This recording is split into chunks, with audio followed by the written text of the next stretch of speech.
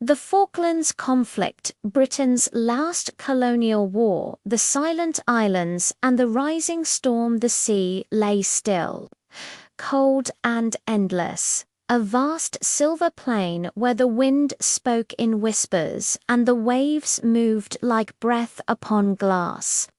Far in the South Atlantic, beyond the familiar maps of men, a lonely archipelago waited, the Falkland Islands, or as the Argentinians called them, a cluster of wine-torn rocks, sheep pastures, and lonely homes, where the Union Jack fluttered quietly in the bitter cold. Few in Britain remembered these distant islands.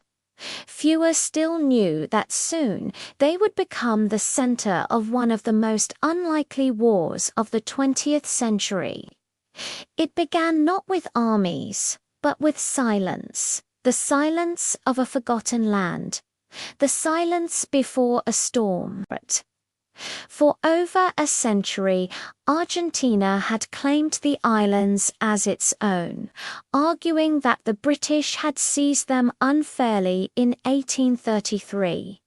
Britain, on the other hand, maintained quiet authority through a small governor, a few marines, and a community of settlers who still called London home. Yet, beneath this quiet surface, nationalism simmered in Buenos Aires, and resentment grew like a fire beneath the frost. In early 1982, Argentina was ruled by a military junta led by General Leopoldo Galtieri, a man desperate to restore pride to a nation drowning in economic collapse and public dissent. The generals believed that reclaiming the Malvinas would unite the country under one flag, one cause, one dream. The decision was made behind closed doors, where maps were studied and tides were measured. The invasion would be swift, decisive, and wrapped in the illusion of destiny. While London slept, Argentina prepared for war. On March 19, 1982, a group of Argentine scrap metal workers landed on South Georgia, a small British-held island east of the Falklands. They raised their flag and refused to leave. It was a symbolic act, but it struck a nerve deep in the halls of Whitehall. The British government, under Prime Minister Margaret Thatcher, watched with growing unease. She was already battling an economic crisis at home, facing strikes and protests. But now, something else stirred her iron resolve. To lose British territory, no matter how small, was unthinkable. Through March, diplomatic messages crossed the Atlantic. Britain warned, Argentina denied, and the world remained unaware that war was now a heartbeat away. On the morning of April 2, 1982, the Argentine Navy and Marines struck. The invasion was codenamed Operation Rosario. Amphibious troops stormed the beaches near the Falklands capital, Port Stanley, under the cover of fog and dawn. The British Royal Marines stationed there, fewer than 100 men, fought bravely, holding their ground against overwhelming odds. Governor Rex Hunt, wearing his ceremonial uniform and revolver, refused to surrender at first. "We will resist," he said calmly, as gunfire echoed across Stanley. But the fight was short-lived. The Argentine forces surrounded Government House, their armored vehicles rumbling through narrow streets. By afternoon, the Union Jack was lowered, replaced by the blue and white flag of Argentina. Britain's rule over the islands had ended, or so it seemed. When news reached London, it was like a spark in dry grass. Shock, disbelief, and anger swept through the country. For many, the Falklands were barely known a name on a map at the edge of the world. But to Thatcher, it became a test of will, of leadership, and of national pride. Standing before Parliament, her voice cold as steel, she declared this aggression must not stand. Britain began to move. Within hours, orders were given for the formation of a task force, a naval armada unlike anything assembled since World War II. Aircraft carriers HMS Hermes and HMS Invincible were readied, along with destroyers, frigates, submarines, and troop transports. The Royal Navy, once thought to be in decline, was awakening again. Across the ocean, Argentina celebrated its victory.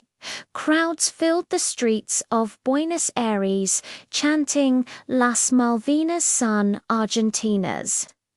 The generals smiled from their balconies, their hands raised high, believing the people had been won. But in the shadows, there were men who knew Britain would not yield so easily. They knew the storm was coming. As the ships prepared to sail from Portsmouth, the cold Atlantic awaited them 3 weeks of treacherous seas before they could reach the islands. Soldiers kissed their families goodbye, not knowing if they would ever return. The wind howled across the harbour as steel giants moved slowly into the fog. On those decks, thousands of young men stood, silent and determined, heading toward a war they did not expect but were ready to fight. The Falklands had awakened. The silent islands were no longer forgotten. The storm had begun. Britain's last colonial war invasion and the British response the morning after Argentina's invasion. Britain awoke to disbelief.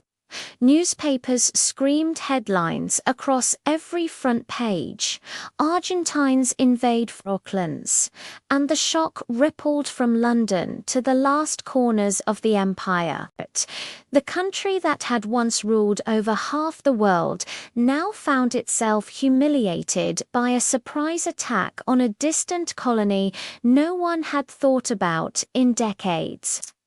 But in Downing Street, Margaret Thatcher was already gathering her war cabinet, her voice cutting through the noise. We must recover those islands.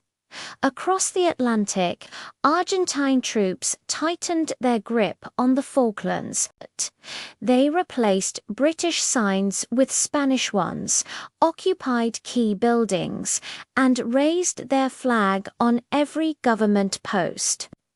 Governor Rex Hunt and the captured Marines were flown to Montevideo, their pride intact but their mission ended.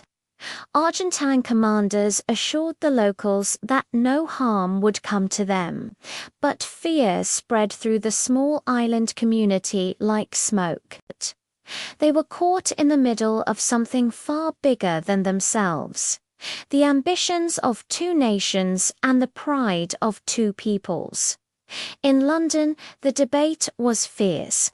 Some politicians urged diplomacy, hoping the United Nations could mediate a peaceful solution.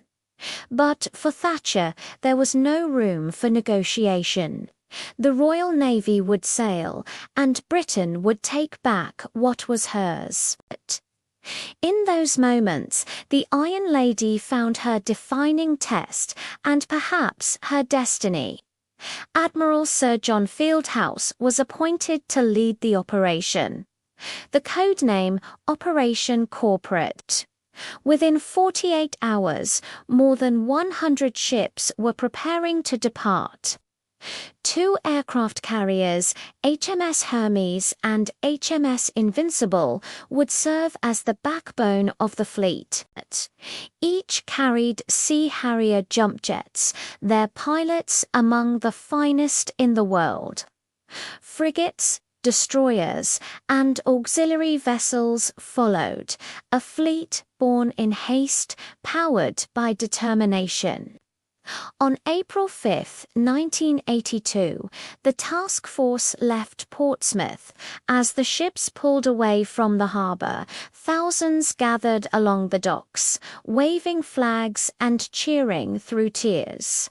"Come back safe," they shouted, while the sailors saluted silently, their faces lit by the glow of sunset on steel. It was a sight Britain hadn't witnessed since the days of empire. Old pride had returned. The Royal Navy was once again setting sail for war. The voyage across the South Atlantic was a perilous one. The fleet faced freezing winds, unpredictable seas, and the sheer exhaustion of distance. 8,000 miles of water lay between home and the Falklands. Every sailor and marine knew that once they reached the islands, there would be no easy retreat. They were heading into the unknown, with only their courage as a compass. Meanwhile, in Buenos Aires, the Argentine leadership celebrated their early success. General Galtieri appeared before massive crowds at the Plaza de Mayo, proclaiming victory and national rebirth. "We have reclaimed what is ours," he shouted from the balcony, his voice echoing through the city. The people roared back with chants of Malvinas. Malvinas. But beneath the patriotic fervor, cracks had already begun to appear. The military junta was inexperienced in naval warfare, and intelligence about the British response was limited. They underestimated both Britain's resolve and Thatcher's determination. In the United States, President Ronald Reagan found himself caught between two allies. Britain was a close partner through NATO. Argentina, a regional ally in Latin America. The White House initially tried to mediate, urging peace and negotiation. But as British ships advanced southward, diplomacy began to fade behind the sound of engines and the roll of steel through water. By mid-April, the first British submarines had already taken position near the Falklands. HMS Spartan and HMS Splendid silently patrolled the freezing depths, their orders clear: to monitor, to track, and to be ready. Britain declared a 200-mile exclusion zone around the islands, warning that any Argentine vessel entering it would be treated as hostile. The message was unmistakable. The retaking of the Falklands had begun. Far below those dark waters, an invisible game of cat and mouse began between submarines. It was a deadly silence, one mistake away from disaster. The Royal Navy's nuclear submarines had the upper hand. Equipped with advanced sonar and torpedoes that could strike before the enemy even realized they'd been found. For the Argentine Navy, it was a terrifying prospect. They knew their ships were now being hunted. The British fleet soon reached Ascension Island, a small volcanic outpost halfway across the Atlantic. It became the nerve center of the operation, resupplying and coordinating air support. Vulcan bombers, aging giants from the Cold War, were modified for one of the longest bombing missions in history, Operation Black Buck.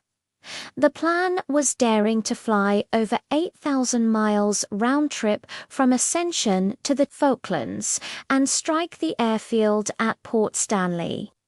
On April 30th, the first Vulcan roared into the sky, escorted by a chain of Victor refueling aircraft. It was an audacious show of range and precision, proving that Britain could strike anywhere, even at the edge of the world. The attack cratered the runway and damaged Argentine radar systems.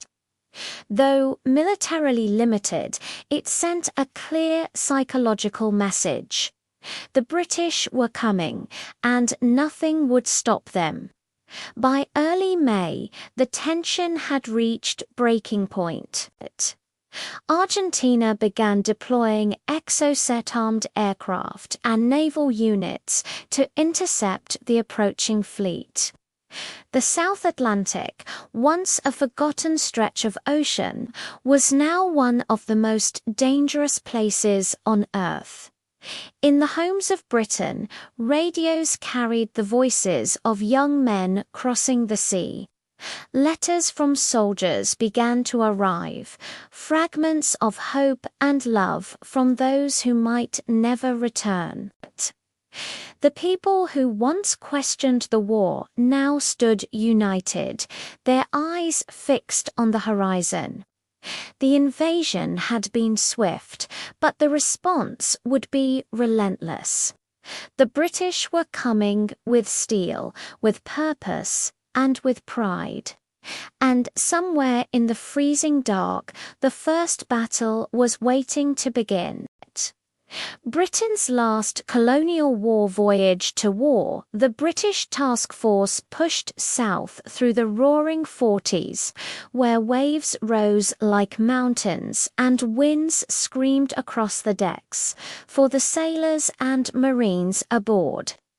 The voyage to the Falklands was not just a journey into war, but a descent into the unknown.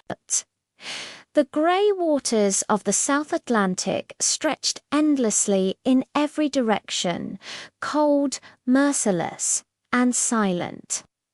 Every sunrise was a reminder that they were drawing closer to the front, and every night the radio crackled with the possibility of battle.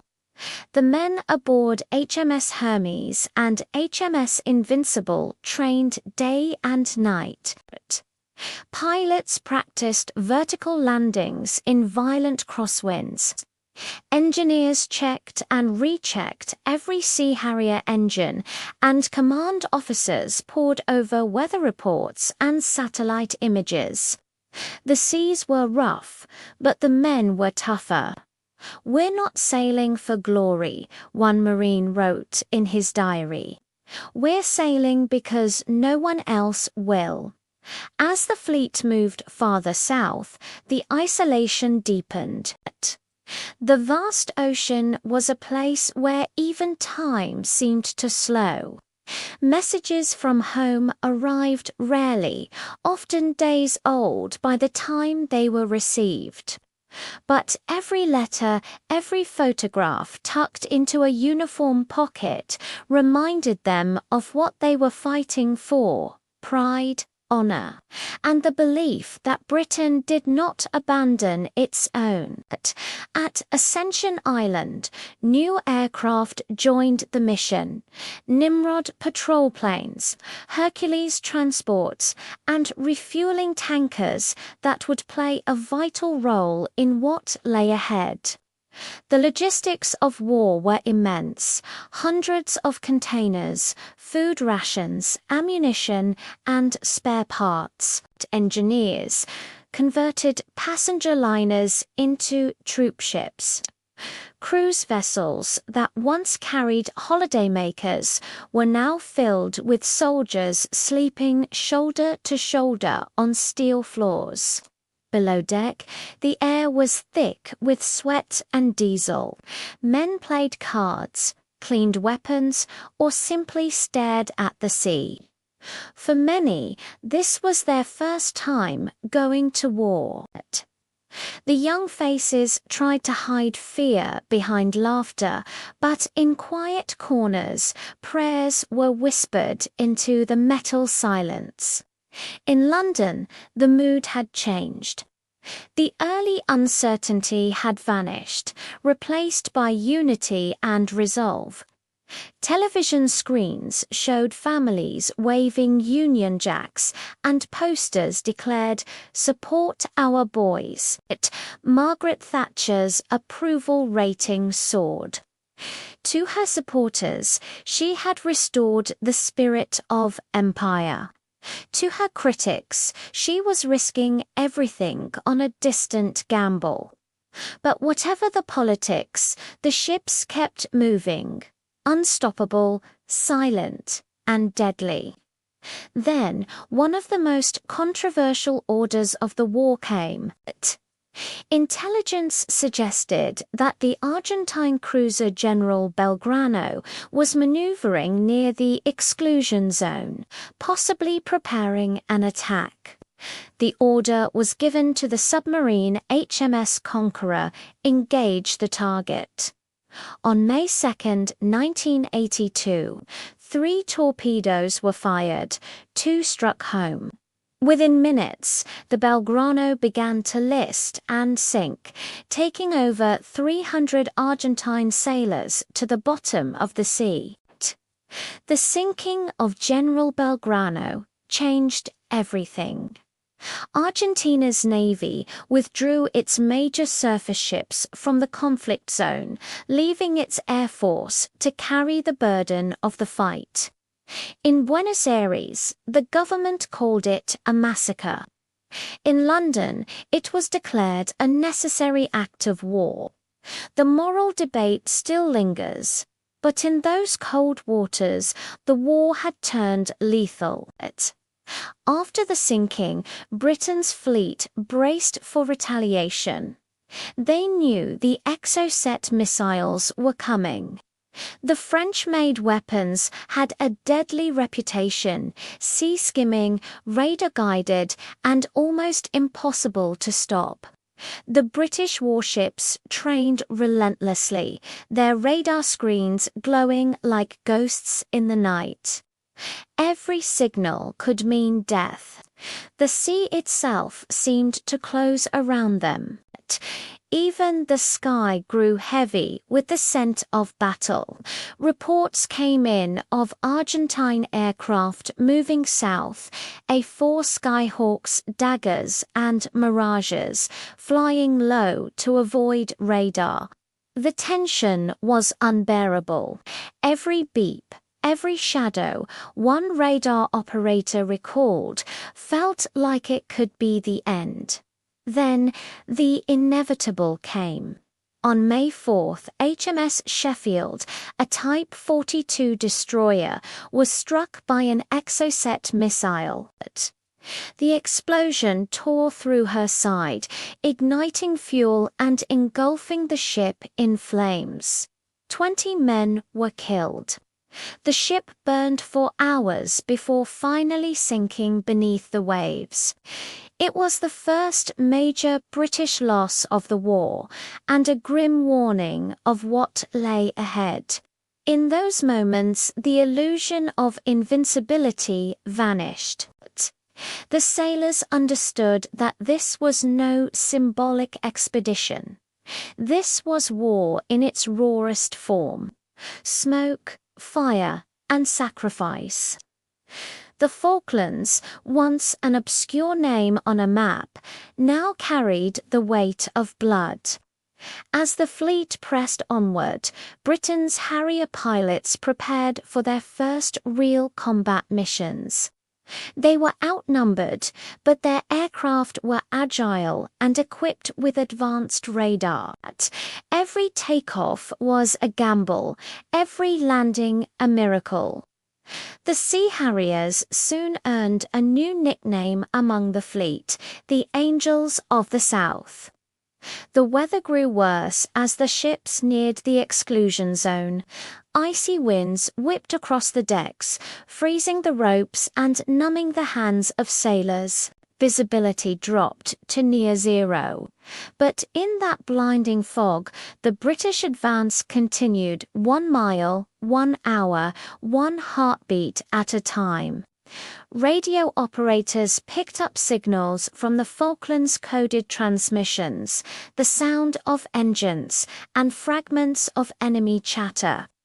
The islands were close now, just beyond the horizon. By late May, the British task force had reached the edge of war. The men stood ready. Letters were sealed and left with officers in case the worst happened. Chaplains moved quietly among the troops, offering blessings. The invasion would soon begin. And so, after weeks at sea, the moment had come. The ships turned toward the frozen south engines thundering beneath the waves. Above them, the Harriers roared into the storm. The war was no longer a matter of politics or pride. It had become survival. The voyage was over. The battle was about to begin. Submarines, and the sinking of Belgrano. The cold waters of the South Atlantic were deceptively calm, concealing the deadliest hunters of modern warfare beneath their surface submarines. As the British task force pressed south toward the Falklands, the tension beneath the waves became a game of shadows and steel. Every sonar ping, every faint echo could mean the difference between life and death. The Argentine Navy, knowing its surface fleet was vulnerable, relied on its submarines to stalk the British Armada. Among them was the Ara San Luis, an old but capable German-built Type 209 submarine, lurking in the depths with orders to strike. Yet the true predator in these waters was not Argentine, it was British, and its name would soon echo across the world: HMS Conqueror.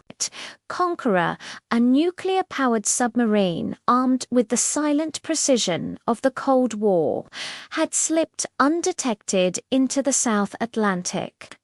Its target, the Argentine cruiser General Belgrano, a massive vessel carrying over 1,000 sailors, flanked by destroyers bristling with Exocet missiles.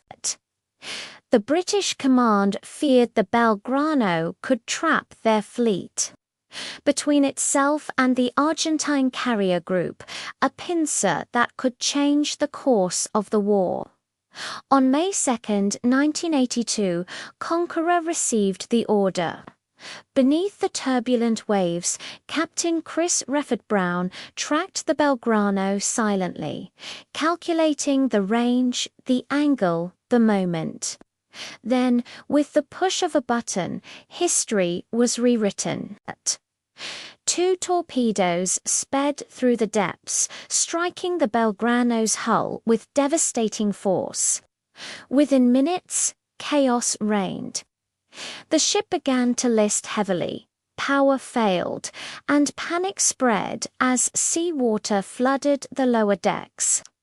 More than 320 Argentine sailors, young, unarmed, many barely out of their teens, perished in the icy darkness. It was one of the most controversial naval engagements of the 20th century. In Buenos Aires, grief turned into outrage. The Argentine Navy withdrew its surface fleet, unwilling to risk another such loss. The Falklands suddenly became an air and land war.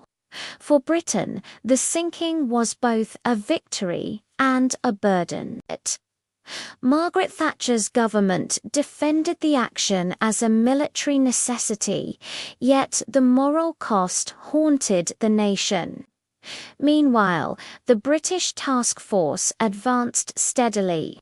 The sea lanes were theirs now, cleared of Argentine ships, but beneath the political triumph, a silent truth remained: the ocean had claimed hundreds, and the war had crossed a line from strategic maneuver to human tragedy. Above, the waves calmed again, as if the ocean wished to hide what had happened below. But the spirits of those lost aboard the Belgrano would forever linger in the cold wind sweeping over the South Atlantic. The war was far from over, yet in this single moment it had changed forever. Thank you for watching The Hour of War. If you've followed this far into the journey, don't forget to like, share, and subscribe for the next part of the story as we move from the depths of the sea to the fury of the skies, where the real storm of the Falklands War begins. The sky battle begins. The sea now belonged to Britain, but the sky above the Falklands had become a deadly arena. It was here, amid the roaring winds and freezing clouds, that the war took on its fiercest and most unpredictable form. Every sortie, every missile, every explosion written in the clouds was a duel between courage and fate. After the sinking of the Belgrano, the Argentine Navy stayed in port, but its air force did not. From bases on the mainland, waves of Argentine pilots rose into the grey sky, crossing hundreds of miles of open ocean to strike at the British task force. They flew low, hugging the waves to escape radar, their hearts pounding as they faced one of the most advanced fleets on Earth. The British carriers, HMS Hermes and HMS Invincible, were now the lifeline of the entire operation.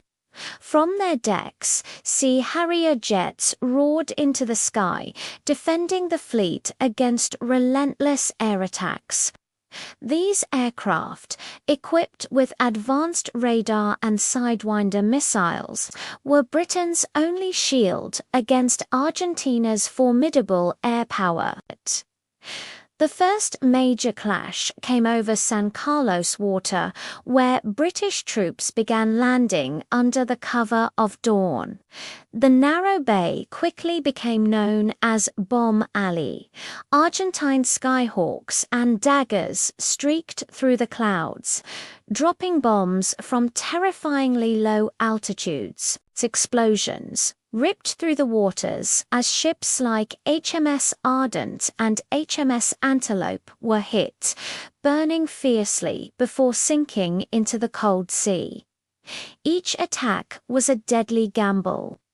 The Argentine pilots flew with unmatched bravery, facing anti-aircraft fire and missile locks, often knowing they might never return. Many did not, yet their strikes were precise and devastating, forcing the British to adapt quickly, spreading out their ships, improving radar coordination, and learning the rhythm of the enemy's attacks. The Sea Harriers, piloted by men trained for this exact kind of war, countered with deadly skill. Dogfights blazed across the sky, white trails twisting and diving as British missiles found their marks. By the end of each day, wreckage lay scattered across the ocean, and the South Atlantic sky had turned into a graveyard for men and machines alike. But amid the fury, the landings succeeded. British troops had established a foothold on the islands. The cost had been high. Ships sunk, men lost, planes shattered, but the mission continued. The war, once fought from the sea, was now firmly moving toward the rugged, wind-beaten land. Every soldier who stepped onto those shores knew that the hardest battles were yet to come.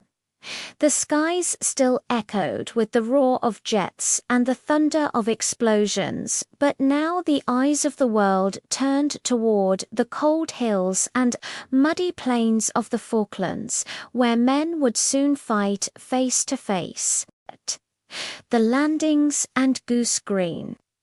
The grey South Atlantic roared beneath the steel hulls of British warships as dawn broke on May 21, 1982, after weeks of sailing, waiting, and battling in the skies. The moment of truth had arrived. Operation Sutton, the amphibious landings at San Carlos Water, was about to begin. The soldiers aboard the landing craft could see the jagged cliffs and fog-covered hills of East Falkland, a place that felt both near and impossibly far from home. Every man knew the danger. Every man knew the world was watching. The air was thick with tension and salt. Harrier jets roared overhead, keeping Argentine aircraft at bay as landing crafts splashed toward the shore. "Keep low," shouted the officers, voices nearly drowned by the crashing waves and engines. The British 3 Commando Brigade, supported by the Parachute Regiment and the Gurkhas, began the risky descent into the unknown. Bullets weren't flying yet, but they soon would be. The Argentinians, hidden in the hills, had spotted the invasion fleet, and their Mirage and Skyhawk fighters were already on their way.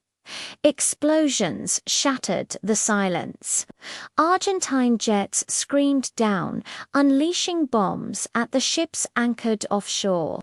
Hum's Ardent was hit and burning, smoke rising like a dark banner over the cold sea.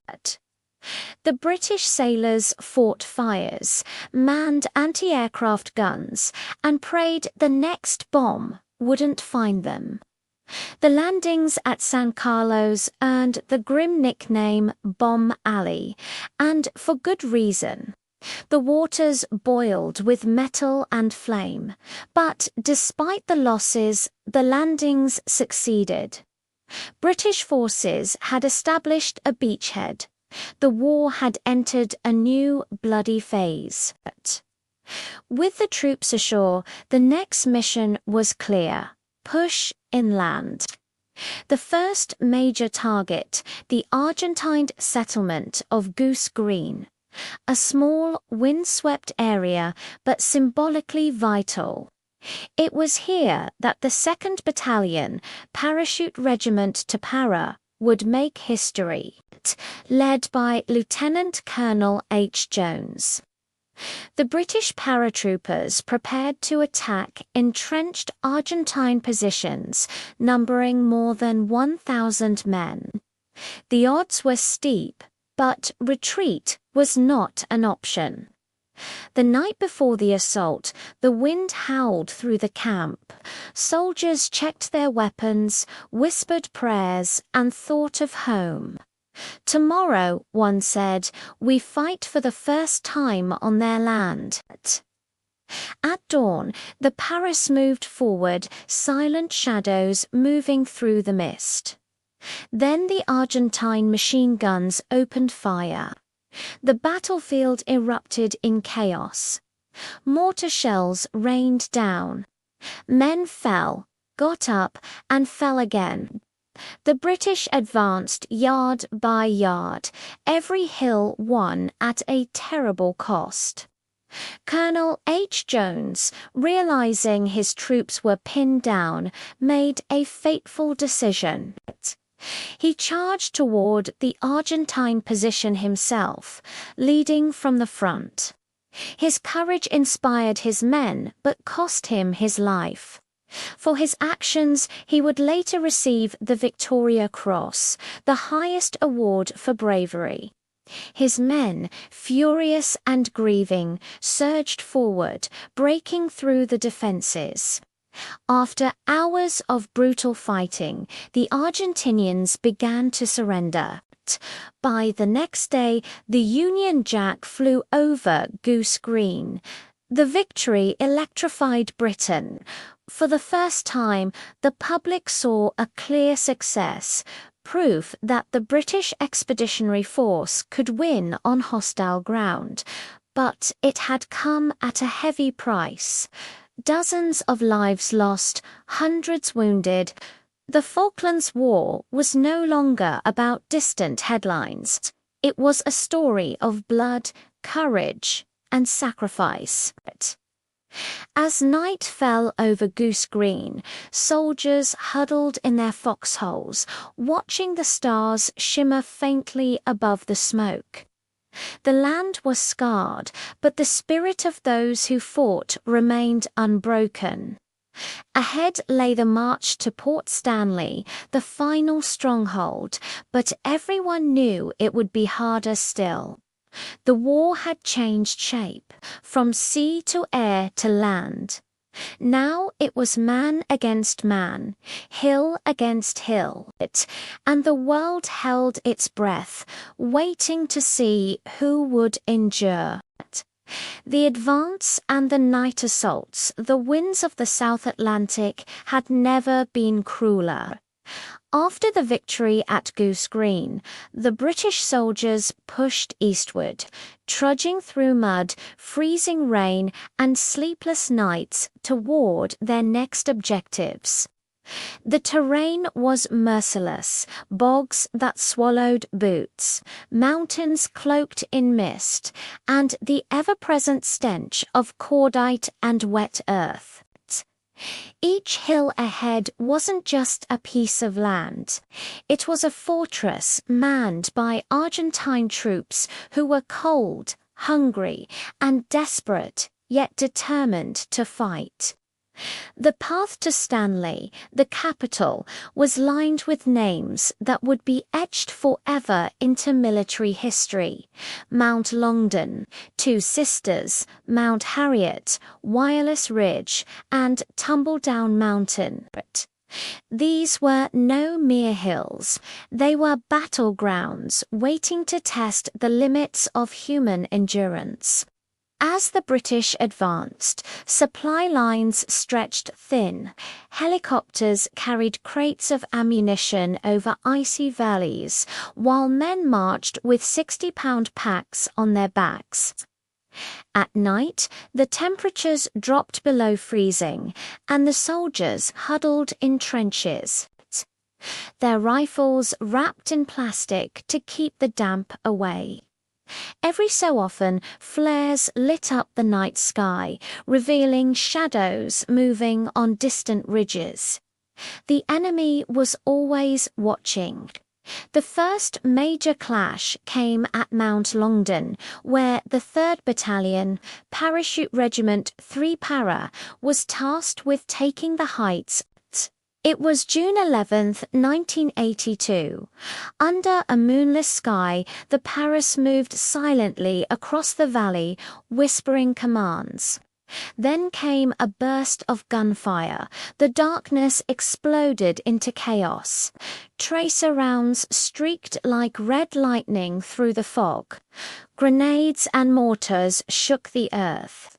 Men crawled forward under a storm of bullets, bayonets fixed, fighting metre by metre. Private Stuart McLaughlin, a young paratrooper from Glasgow, sprinted through a hail of gunfire to rescue his wounded comrades. He didn't make it back, but his courage became legend among his unit. By dawn, Mount Longdon was taken, but the cost was terrible. 23 British dead, 50 wounded. The Argentinians had fought fiercely, refusing to surrender until the last shell was fired. At Two Sisters, the Royal Marines 45 Commando launched another night assault. Moving in near silence, they crept up the steep slopes, knives in hand, until the first gunfire shattered the calm. Within seconds, the hillside was ablaze with explosions. The fight raged all night, close and personal, until the defenders withdrew at dawn. The Marines stood atop the ridge, exhausted and shaking from cold and adrenaline. The Union Jack rose again, fluttering in the bitter wind. Simultaneously, Mount Harriet fell to 42 Commando, their attack executed with near-perfect coordination. The night sky glowed with artillery flashes, and the thunder of naval gunfire echoed from the sea. The destroyer HMS Glamorgan pounded the Argentine positions with shells the size of oil drums. When the smoke cleared, British troops stood victorious once more. Each hill captured brought them one step closer to Stanley, but also closer to exhaustion. The men had barely slept in days. Their faces were gaunt, their uniforms soaked, their eyes hollow but determined. Some whispered prayers, others stared silently at the horizon, where faint lights marked the final objective. On June 13th, the last major offensive began. The targets, Mount Tumbledown, Mount William, and Wireless Ridge, the outer defences of Stanley. The Scots Guards, Welsh Guards, and two para took their positions. As night fell, the assault began in near total darkness. Machine guns crackled. Artillery shells screamed overhead. The cold air smelled of burning cordite and fear. Captain Robert Lawrence led his men up Tumbledown through relentless enemy fire. He was shot in the head and left partially paralyzed, but his men carried on, fighting with bayonets and grenades until the summit was theirs. At Wireless Ridge, two para stormed through the enemy lines in a blinding display of aggression, pushing the Argentinians into full retreat. The war's final act was approaching.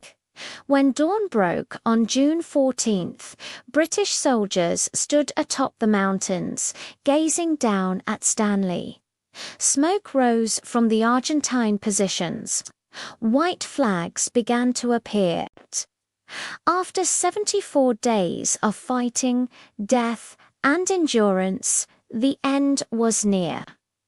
The men, too tired to cheer, simply sat in silence, watching history unfold. The war that had begun with ships and shadows would end with boots on the ground and hearts heavy with what they had seen. Yet for every soldier on those frozen hills, one thought burned brightest. They had done their duty, no matter the cost. The fall of Stanley, the morning of June 14, 1982, dawned grey and windswept over the Falkland Islands. After weeks of bitter combat, the British forces stood at the edge of victory. The final Argentine strongholds around Port Stanley, the heart of the islands, were collapsing. Smoke rose from burning fuel dumps, and the constant echo of artillery had finally begun to fade into silence. For both sides, it was the end of a nightmare. The soldiers who had marched across freezing bogs and climbed treacherous hills could now see the capital spread out. Below, small houses, a white church steeple, and the coastline glistening under the dim southern sun. But between them and peace still lay pockets of Argentine resistance. Soldiers too proud to surrender, yet too tired to fight. British commanders, led by Major General Jeremy Moore, ordered the final advance. The 2nd Battalion Parachute Regiment, 2 Para, Scots Guards, Welsh Guards, and Gurkhas, pushed forward toward Stanley, cautious but determined. Every man knew that one careless move could still cost lives, even on this day that already smelled of victory. The British artillery batteries, stationed on the surrounding ridges, fired their last bombardments. The guns of HMS Avenger and HMS Active thundered from offshore, sending shells whistling into Argentine positions. The ground shook, and columns of black smoke spiraled skyward. Yet, as the day grew older, the response fire from the Argentinians grew weaker, sporadic, and then almost ceased. Inside Stanley, chaos ruled. Argentine Commander Brigadier General Mario Menendez sat in his headquarters, surrounded by exhausted officers. His troops were cold, hungry, and demoralized. Supplies were gone. Many soldiers had not eaten in days. Rumors of surrender spread like wildfire. Some cried quietly. Others stared at the ground, silent. Menendez, a proud officer, knew there was no honor left in pointless bloodshed. At 9 a.m., British patrols began to approach the town cautiously. Civilians, terrified and weary, peered out from behind shuttered windows. The sound of gunfire became rare, then ceased entirely. A white flag was seen waving near the government house. A message came through the radio. The Argentinians wished to discuss surrender terms. By mid-afternoon, General Menendez formally surrendered to Major General Moore in a modest office building in Stanley. The meeting was brief and somber. There were no cheers, no boasting, only relief. Menendez handed over his pistol, and Moore accepted it quietly. The war was over. Outside, the British soldiers waited in the cold drizzle. Word spread quickly through the ranks. It's done. Some men wept, others just stared at the ground, exhausted beyond emotion. When the Union Jack was raised over Stanley once more, the flag rippled in the fierce Atlantic wind. The symbol of a hard-fought victory, reclaimed after 74 days of relentless struggle. For many of the local islanders, tears of joy filled their eyes. They emerged from their homes, offering tea, blankets, and handshakes to the soldiers. The long occupation had ended. The sense of liberation was almost too much to believe. As the British troops entered Stanley, they found the remnants of a defeated army. Thousands of prisoners lined up, weapons piled in heaps, vehicles abandoned in the mud. The Argentinians were treated with respect and care, given food, medical attention, and shelter. Despite the hatred and hardship of the war, humanity prevailed at its end. In London, the news reached Prime Minister Margaret Thatcher by evening. Her voice trembled as she addressed Parliament. "We have ceased hostilities. The Falkland Islands are once again under the government desired by their inhabitants. God bless them all. The chamber erupted in applause. But behind every cheer lay the memory of the men who would never return. The British losses totaled 255 dead, with hundreds wounded. Argentina mourned more than 600 of its own young conscripts, many barely trained, who had fought bravely in impossible conditions. The cost of the Falklands War was heavy on both nations, in lives and in lessons. In the following days, British ships arrived at Stanley Harbour, bringing medical teams, supplies, and letters from home. The soldiers who had crossed mountains and faced the fury of war finally allowed themselves to rest. They looked out across the cold waters, silent, thinking of those still buried in the hills behind them. For the people of the Falklands, the flag on the mast symbolized freedom but also sacrifice. And as night fell, with the southern stars glittering over the dark sea, the island was peaceful for the first time in months. The war was over, but its echoes would last forever, in memories, in politics, and in the hearts of those who had fought their aftermath and return home when the guns fell silent over the Falklands. A strange quiet took hold, the kind that follows only after storms. The British soldiers, who had marched across desolate peatlands and fought in freezing rain, now stood amid the ruins of victory. Port Stanley was theirs, but the air still carried the smell of smoke, gun oil, and the faint echoes of battle. 4 days, British engineers and medics worked tirelessly. They cleared minefields, tended to the wounded, both British and Argentine, and buried the dead with solemn honor. White crosses began to rise across the cold hills, marking the resting places of men who had never seen their homes again. Some graves bore names, others simply read "Unknown Soldier." The local Falkland Islanders, freed from the Argentine occupation, came forward with trembling gratitude. Many offered tea, bread, and hugs to the soldiers.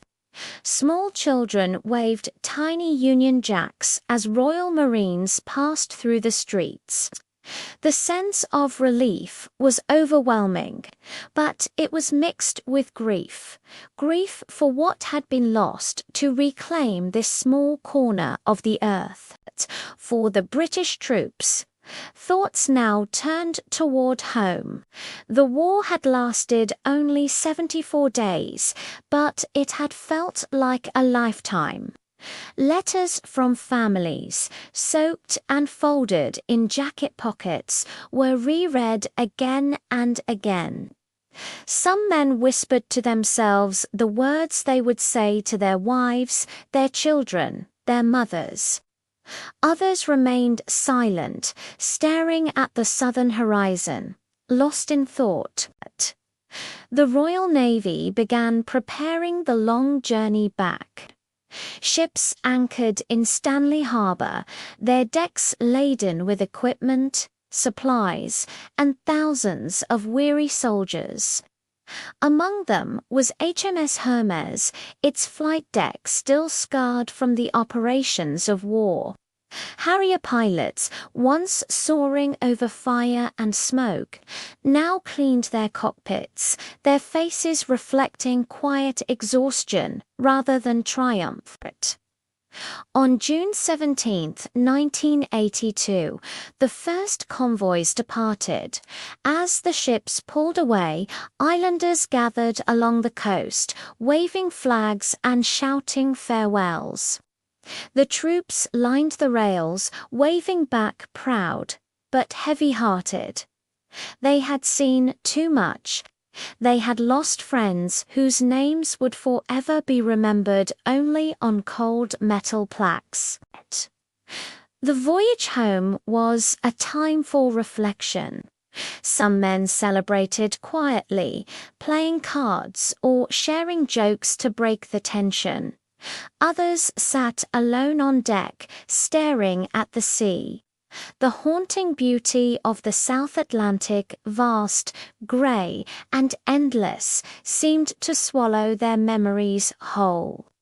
But in the silence of the ocean, each man carried his own ghosts. When the first ships docked in Portsmouth, crowds filled the harbour. Flags waved, bands played, and tears flowed freely. Families embraced their returning heroes. Mothers clutched sons they had feared lost. Fathers saluted proudly. Wives held husbands so tightly, as if letting go would send them back to war. Prime Minister Margaret Thatcher stood among them, her voice firm but emotional. "We have come home victorious, but never forget those who gave everything. They are the reason this flag still flies." Across Britain, memorials were built, streets were renamed. The nation, once divided over the war, now stood united in gratitude and in quiet contemplation of the price paid for the Falklands. But for Argentina, the aftermath was chaos. The defeat shattered the ruling military junta. Massive protests erupted in Buenos Aires. Within days, General Leopoldo Galtieri, who had ordered the invasion, was forced to resign. The war that had been meant to unify Argentina had instead exposed its wounds. Yet even in loss, the Argentine soldiers were honored by their people, young men sent into an impossible fight who had shown courage in the face of overwhelming odds. Back in the Falklands, British engineers rebuilt the infrastructure destroyed during the conflict. Roads were repaired, schools reopened, and life slowly began again. For the islanders, the Union Jack that fluttered above Stanley was not just a flag. It was a promise that they would never again be forgotten. For the soldiers, the memories never faded.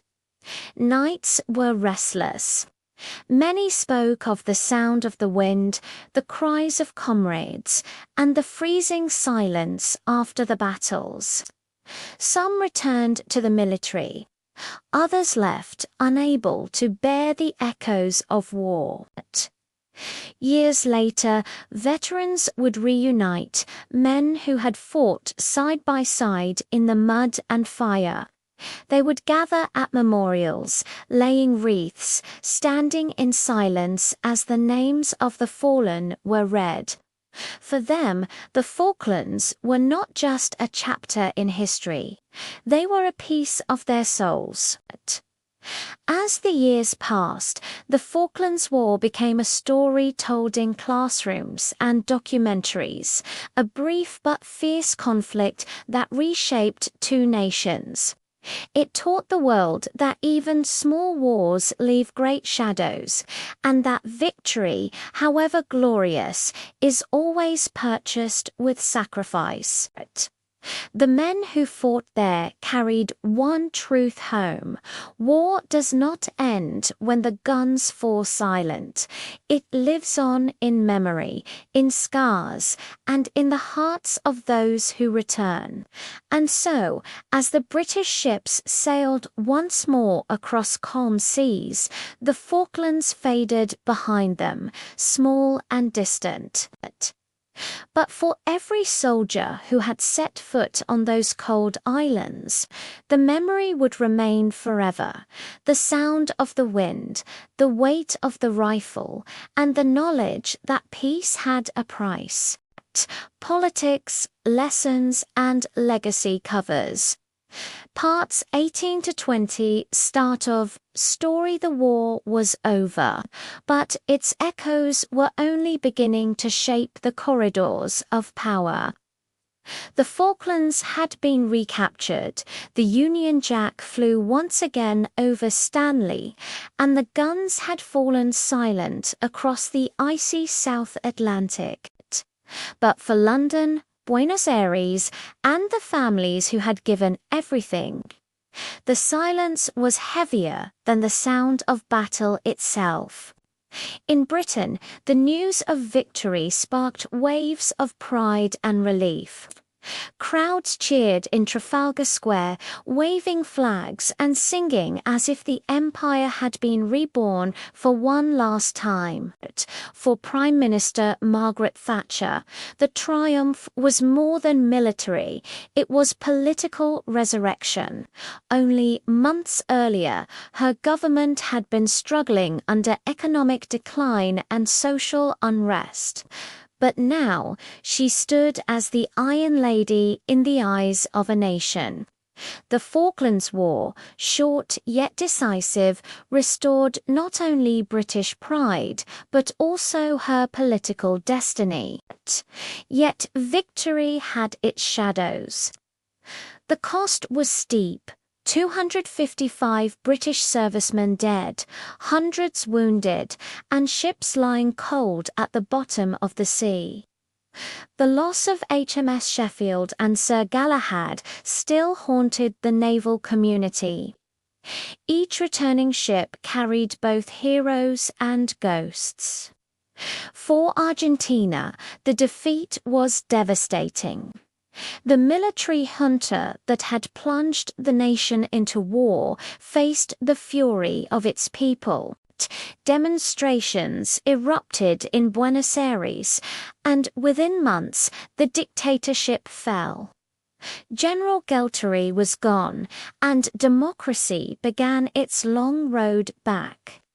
But the scars remained. A generation of Argentine soldiers returned in silence, some never speaking again of what they saw on those distant islands.